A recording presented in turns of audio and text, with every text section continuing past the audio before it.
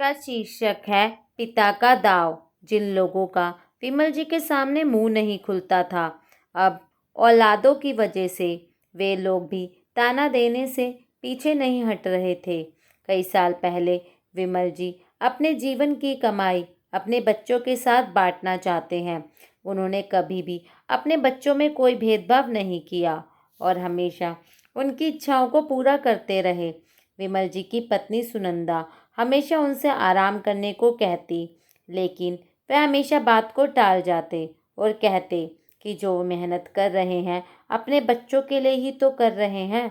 और धीरे धीरे करके उन्होंने एक नहीं बल्कि दो दो मकान बनवा लिए, ताकि उन्हें कभी किसी की कमी महसूस ना हो और उनके बच्चे आराम से उनके बनाए हुए घरों में रह सकें।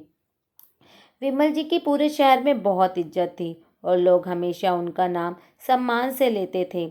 लेकिन कहते हैं ना, दूर के ढोल सुहाने लगते हैं। जैसे जैसे उनके दोनों बेटे बड़े होने लगे, वैसे वैसे उन्होंने कई सारे परिवर्तन बेटों में महसूस किए, लेकिन उन्होंने कभी इसका जिक्र नहीं किया और चुपचाप सारे गम को सहते रहे। एक दिन विमल जी का बड़ा बेटा सौरभ उनके पास आकर कहता है, पिताजी, मुझे अपनी पढ़ाई आगे जारी रखने के लिए बाहर जाना है, क्या आप मुझे पैसे देंगे? यह बात सुनते ही विमल जी ने तुरंत हाँ कर दी और देखते देखते उनका बेटा कुछ दिनों में बाहर पढ़ाई करने चला गया। इसी प्रकार से छोटे बेटे गौरव को भी उन्होंने पैसे दिए और जिसके बाद गौरव भी बड़े शहर में जाकर सेटल हो गया। इस तरह से वे दोनों बेटों से दूर हो गए और दोनों बेटे अपने अपने परिवार के साथ शहरों में खुश थे। वे अपनी पत्नी के साथ गांव में ही रहने लगे। दोनों बेटों के वियोग की वजह से उनकी पत्नी सुनंदा का बहुत ही जल्द निधन हो गया और अब विमल जी बिल्कुल अकेले रह गए थे। कुछ ही दिनों में उन्हें अपने बेटों के घर जाना पड़ा, क्योंकि अब विमल जी बूढ़े हो चले थे। तभी किसी पड़ोसी ने विमल जी से कहा, आपके बेटे आपकी तरफ मुड़कर भी नहीं देखते और आपने उनके लिए क्या कुछ नहीं किया। इससे अच्छा तो हमारा बेटा मोनू है, जो हमारे साथ ही रहता है। भले ही उसने पढ़ाई ज़्यादा नहीं की, लेकिन अब हमें उस अपनी सेवा के लिए किसी दूसरे पर निर्भर नहीं रहना पड़ता और हम अपने परिवार के साथ मिलजुल कर रहते हैं। पड़ोसी की इन बातों से विमल जी का सीना छलनी हो गया और उनकी आंखों में आंसू आ गए। जिन लोगों की विमल जी के सामने नज़र भी नहीं उठती थी, अब उनके मुंह में भी आवाज़ आ गई थी। मन को समझाते हुए वे अपने बड़े बेटे सौरभ के यहाँ चले जाते हैं, जहाँ उनके पोते पोतियों के द्वारा बहुत प्यार मिलता है। लेकिन बड़ी बहू का स्वभाव थोड़ा सख्त रहता है। वह कभी खाने में ज़्यादा मसाला डालती तो कभी जानबूझकर खाना कम बनाती है। ऐसे में विमल जी को बिल्कुल भी खाने का मन नहीं करता और वह बाजार से लाकर ही कुछ ना कुछ खा लेते, जिस वजह से उनकी तबीयत बिगड़ जाती और फिर बड़ी बहू उन्हें बहुत बुरा भला कहती।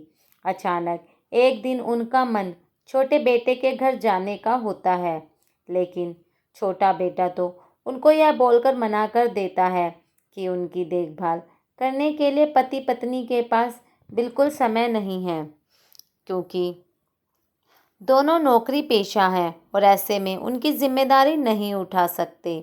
यह बात सुनकर विमल जी को बहुत बुरा लगता है कि जिन बेटों की वजह से उन्होंने ना जाने कितनी परेशानियों का सामना किया, आज उन्होंने ही उन्हें अकेला छोड़ दिया। अगर उनकी पत्नी जिंदा होती तो उसे देखकर बहुत बुरा लगता कि जिस पिता ने इतनी मेहनत के बाद इज्जत सम्मान कमाया था, आज इन दोनों की वजह से इज्जत कहीं खो चुकी है। वैसे तो वह अपने बड़े बेटे के यहाँ ही रह रहे थे, लेकिन समय व्यतीत करने के लिए कभी कभार पास के बने गार्डन में चले जाते, जहाँ पर वह लाफिंग क्लब का हिस्सा बन गए और इसके जरिए उनके कई सारे दोस्त भी बन जाते हैं। तभी हम उम्र होने की वजह से एक दूसरे से सुख दुख बांट लेते, लेकिन कभी भी विमल जी ने अपने बारे में लोगों को ज़्यादा नहीं बताया। ऐसे में उनके मित्र राजेश जी से राजेश जी ने विमल जी से पूछ लिया, क्या बात है, आप काफ़ी उदास रहते हैं और किसी से अपनी बात नहीं बताते हैं। यह ऐसी जगह है जहां अगर आप अपना दुख गम बांटते हैं तो कोई ना कोई रास्ता ज़रूर निकल जाता है। दोस्तों के काफ़ी बोलने के बाद उन्होंने अपने दिल की बात बताई, जिससे उनके दोस्तों के मन में भी बहुत दुख हुआ। लेकिन सभी ने मिलकर उनकी मदद करने की ठानी और ऐसे में उन्होंने एक बेहतरीन रास्ता अपनाया। दोस्तों का उपाय रसिकलाल जी को बहुत अच्छा लगा। उन्होंने बेटों को सबक सिखाने के लिए अपना कार्य आगे जारी किया। जब वे घर गए, वहाँ उन्होंने छोटे बेटे को भी बुला लिया। उन्होंने यह कहा कि उन्हें अपनी जायदाद का बंटवारा करना है। लालच से भरे हुए दोनों बेटे और बहू वहाँ आ जाते हैं। तब विमल जी ने उनसे कहते हैं कि वे अपना पुश्तैनी घर बेचना चाहते हैं, जिसमें लगभग 4 करोड़ रुपए मिलने वाले हैं। उन्होंने तो सोचा था कि दोनों बेटों को 2-2 करोड़ रुपए बांटेंगे, लेकिन बेटे और बहू के व्यवहार की वजह से अब 4 करोड़ रुपए वृद्धाश्रम में दान कर देंगे। यह सुनकर तो बड़े और छोटे बेटों के पैर तले जमीन खिसक जाती है और वे अपने पिताजी का पैर दबाते हुए कहते हैं, अरे नहीं पिताजी, इसकी क्या ज़रूरत है। हम बेटों के होते हुए आप किसी और को अपनी जायदाद कैसे देंगे। आखिर आपकी देखभाल और सेवा करने का दारोमदार हमने उठाया है। इसके बाद दोनों बहुएं भी पैरों पर बैठकर पैर दबाना शुरू कर देती हैं और कहती हैं, बताइए पिताजी, आपको क्या खाना पसंद है, मैं आपके लिए ज़रूर बनाऊंगी। वही बड़ी बहू और छोटी बहू दोनों ससुर जी के पसंद का खाना बनाकर पिताजी के सामने ले आती। यह सब देखकर विमल जी को बड़ा मज़ा आता है, क्योंकि कल तक जब वे परेशान हो रहे थे तब इन लोगों को कोई फ़र्क नहीं पड़ा, लेकिन जैसे ही पैसों की बात आई तो इन लोगों ने हाथ पैर जोड़ने शुरू कर दिए। अब दोनों बेटे बहू बड़ी सेवा जतन के साथ विमल जी की देखभाल करने लगे और उन्हें किसी प्रकार की कमी नहीं होने दे रहे थे। एक दिन विमल जी ने कहा कि मैं सोचता हूँ कि अपनी पुश्तैनी घर को थोड़े दिन बाद बेचूं। तब एक अनुमान के अनुसार 10 करोड़ रुपए मिल जाएंगे। यह सुनकर तो बेटे बहू ने तुरंत हामी भरी और बड़े बेटे ने कहा, हाँ पिताजी, आपकी जब इच्छा हो तब आप बेचिएगा, और वैसे भी उन पैसों को तो आप हमें ही देने वाले हैं।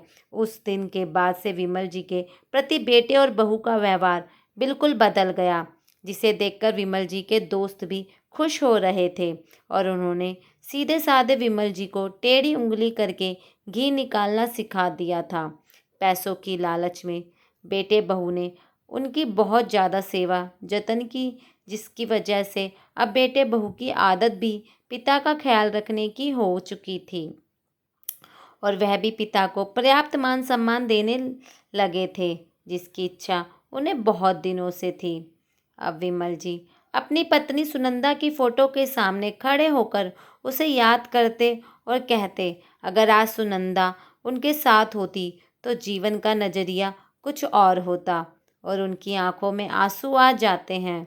कभी कभी हमारे जीवन में ऐसी स्थिति उत्पन्न हो जाती है जब सीधी उंगली से घी नहीं निकलता और ऐसी स्थिति में उंगली को टेढ़ा करना पड़ता है। जब आप उंगली को टेढ़ा करते हैं तो आपका काम बन जाता है और आप पहले से कहीं अधिक खुश रह पाते हैं। आज इस कलयुग में जैसे बच्चे अपने माँ बाप का निरादर कर रहे हैं, उस हिसाब से तो ऐसे बच्चों को उनकी भाषा में ही सबक सिखाना पड़ता है। अगर आप मेरे विचार से सहमत हैं तो अपने विचार कमेंट बॉक्स में ज़रूर शेयर करें। अगर आपको ये कहानी पसंद आई तो प्लीज़ लाइक कीजिए, न्यू है तो सब्सक्राइब कीजिए। जय माता दी, धन्यवाद।